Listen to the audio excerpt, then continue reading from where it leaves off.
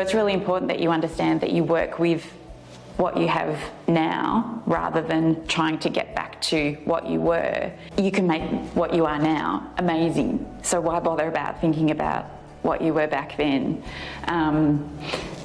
So this human body that is forever changing, what we should try to accept is what we are now.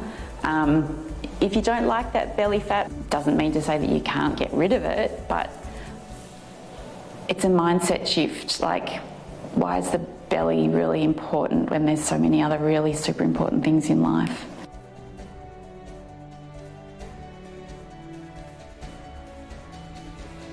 They just don't have that zing, that vitality for life anymore.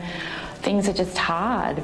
Not everyone, but those women who are struggling, they're not sleeping, they're having some pretty rough time with some of the symptoms that can come around, like the hot flashes and the brain fog and the memory problems.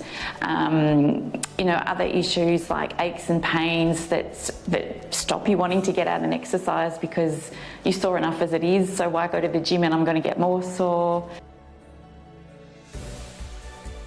So it's really important that we try and get out there that it's not all bad and it is just a phase, and we come out the other side better. It just might mean actually putting in a little bit of work. And I think a lot of it is also being prepared that we're going to go, every woman who gets to this age will go through perimenopause on their way to menopause. And then the rest of your life is post-menopause. As we get older, you can lose your muscle mass, you can lose your strength, you can lose your balance, you can fall.